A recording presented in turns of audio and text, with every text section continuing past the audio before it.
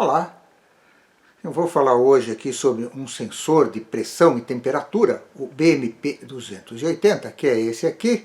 Eu tenho aqui uma coleção completa de sensorzinhos da Bosch. Esse aqui é o mais antigo, é o BMP085, que depois foi substituído pelo 180, e agora o mais recente é o BMP280. Então vamos dar uma olhadinha nele e vamos aproveitar e vamos ver um pouco como é que é a comunicação I2C, como é que ela funciona com esse sensor. Então vamos dar só uma olhadinha, né, como é que foi a evolução aí desses sensores da Bosch. Então, o que a gente tem aqui, o primeiro, os sensores são todos esses quadradinhos metálicos aqui, então dá para ver que ele foi reduzido bastante de tamanho, né? Então aqui no BMP085, esse módulo aqui para ele, tem além do sensor, tem também um conversor aqui de tensão, né?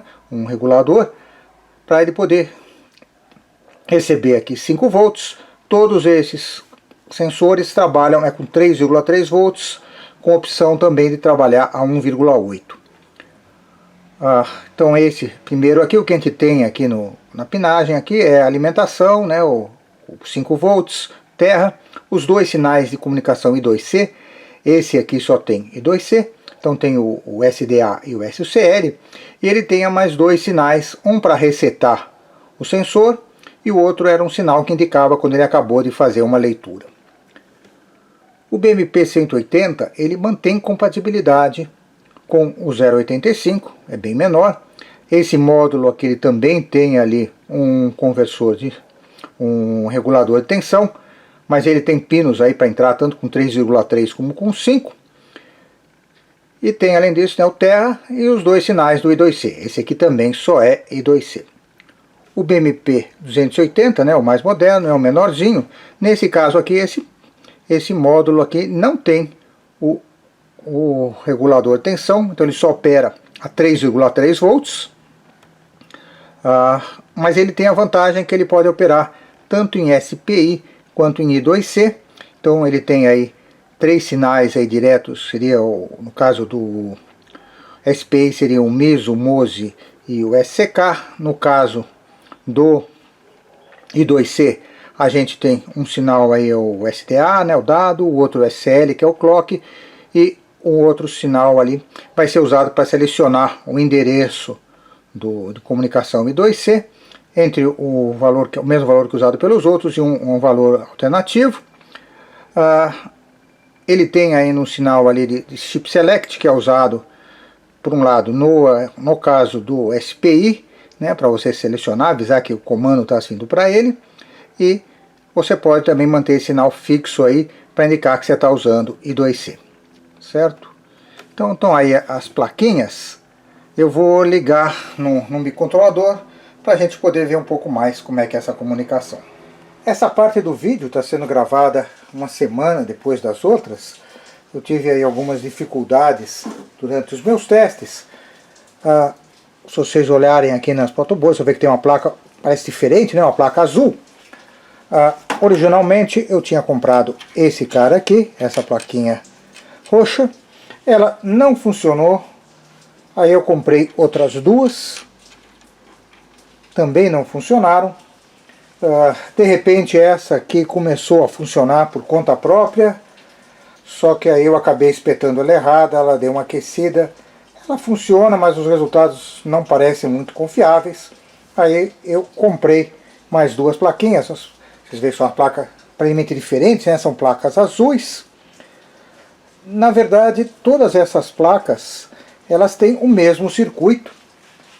As trilhas aí são praticamente as mesmas, embora sejam fabricadas diferentes. Essa aqui é um fabricante, essa é outra, essas duas é um terceiro.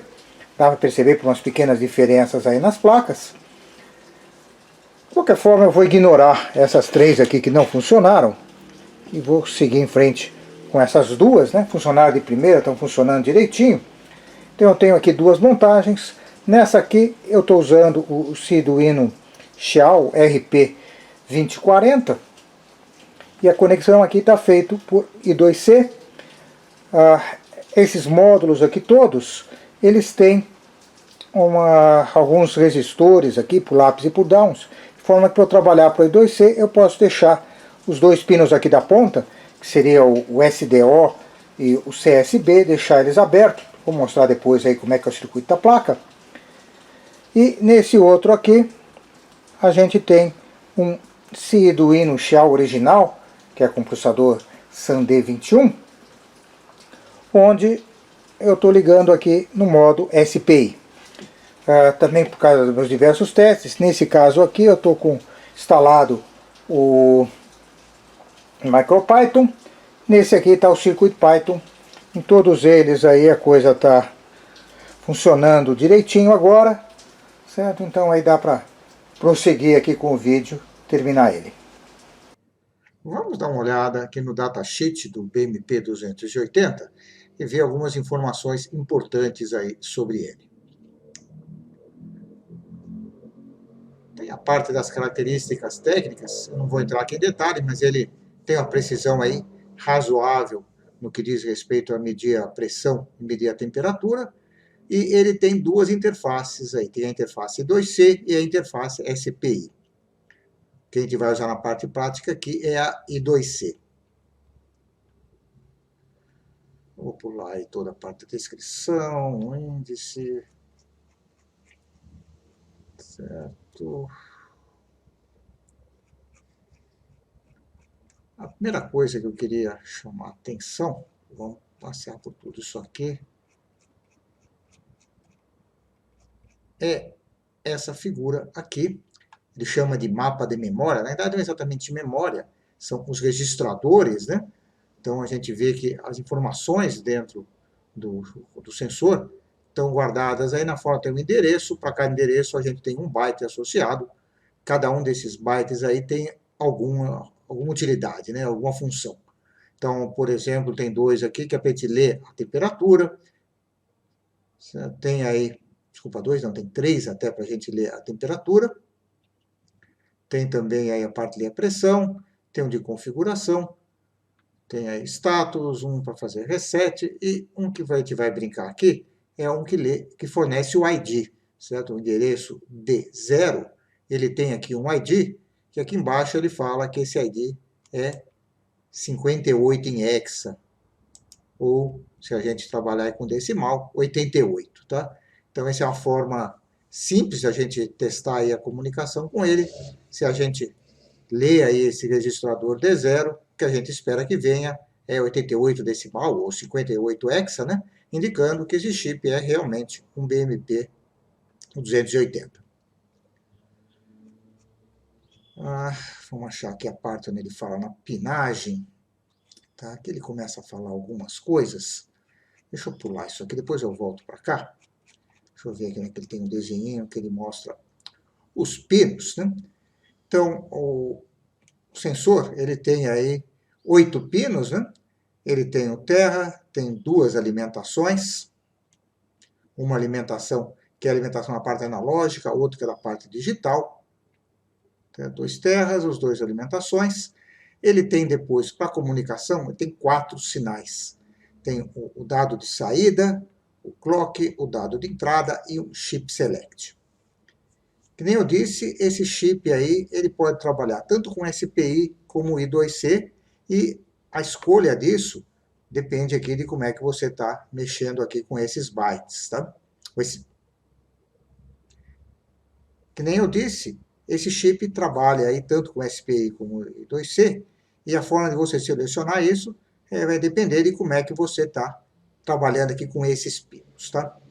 Então, se a gente quer trabalhar com SPI, esse é mais fácil dele primeiro, né? Então, esse aqui é o dado que entra nele, seria, no caso do SPI, seria o MOSE, né? O pino de saída do mestre, entrada do dispositivo, né? Esse outro pino aqui, a saída dele, seria o MISO, certo? Entrada no mestre, saída do dispositivo. Esse aqui é o clock, que diz onde é que está cada um dos bits. E esse chip select é o sinal aí que vai selecionar o dispositivo. Então, normalmente o chip select estaria em nível alto. Quando você colocar ele em nível baixo, você está selecionando ele, aí é que ele vai começar a tratar aí o clock, os dados que estão entrando e vai gerar os dados de saída. Para trabalhar em I2C, o que você tem que fazer é colocar esse sinal aqui do chip Select B, manter ele no nível alto. Quando ele está no nível alto, ele vai estar querendo trabalhar com I2C. Só tomar um cuidado que se alguma hora esse sinal for para um nível baixo, certo? No que ele for para um nível baixo, ele vai entrar no SPI e aí ele não sai mais disso, mesmo que o sinal chip select volte para nível alto. Bem, no I2C, né, ele vai usar só o clock e o dado aqui passa a ser bidirecional. A gente vai ver ali as figurinhas e como é que é a comunicação I2C. E aí, esse outro pino aqui, né, o que seria o saída, ele passa a ter uma outra função. Ele passa a escolher o endereço do I2C. Tá? Tanto o I2C quanto o SPI permitem você ligar vários dispositivos assim, em paralelo, em varal, certo? Ligando aí os pinos de dados e os pinos de clock de um dispositivo com o outro. No SPI, o que seleciona qual dispositivo vai estar operando é esse chip select. No I2C existe um endereço que vai trafegar aí pela linha de dados, tá? Então, conforme esse sinal aqui, SDO, for em nível alto ou baixo, certo? Vai selecionar um endereço. Se for nível alto, ele vai selecionar o endereço 0x77, que é o mesmo do BMP 180. Enquanto que se tiver em nível baixo, ele vai selecionar o endereço 0x76. A gente tem aqui o circuito desse módulo que eu estou usando com o BMP 280. Além do BMP 280 em si, esse circuito ele tem alguns resistores e 2 capacitores. Os capacitores é para alimentação, só para limpar a alimentação aí, e os resistores, ele tem 3 resistores que são resistores pull-up, são resistores que são ligados num sinal e do outro lado estão ligados na alimentação mais 3,3. Então esses pull-ups, eles estão no clock, no dado e no CSB. No clock e no dado, isso é uma necessidade do I2C. Quer dizer, o I2C, como está todo mundo pendurado em varal, o que os dispositivos ou o mestre faz é poder puxar essa linha para a terra, para nível baixo.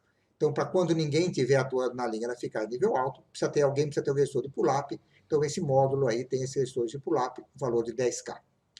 O outro, no chip select B, né, o CS, é o que vai fazer com que ele escolha, em princípio, o I2C. Se eu não tiver conectado esse pino a mais nada, deixar o pino aberto, que é o caso da minha montagem, ele vai estar selecionando I2C. O outro resistor que a gente tem ali é um pull down, ele está puxando o sinal para o low, ele está ligado no SDO. Então, esse cara vai fazer no fundo é colocar o endereço 0x76, certo? Se eu forçar por fora esse sinal para o nível alto, e mantendo com o I2C, ele vai trabalhar com o endereço 0x77. Então, vamos voltar agora lá atrás, agora que a gente já viu um pouquinho como é que são as conexões, e vamos dar uma olhada como é que é a comunicação no I2C, certo? Tá, então, no I2C, tem aqui a escrita e a leitura. Deixa eu começar pela leitura, eu diria que a leitura é mais fácil, né?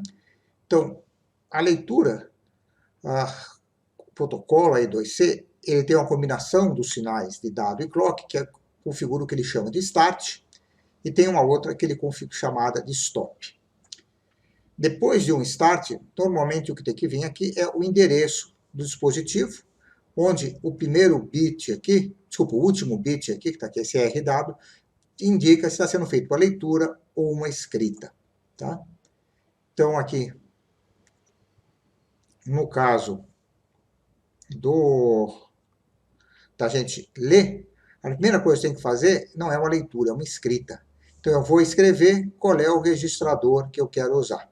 Certo? Toda vez que vai um byte para um lado ou para o outro, existe aqui um ACK, que no fundo é uma das pontas que tem que sinalizar ali o sinal de dados, indicando que recebeu corretamente.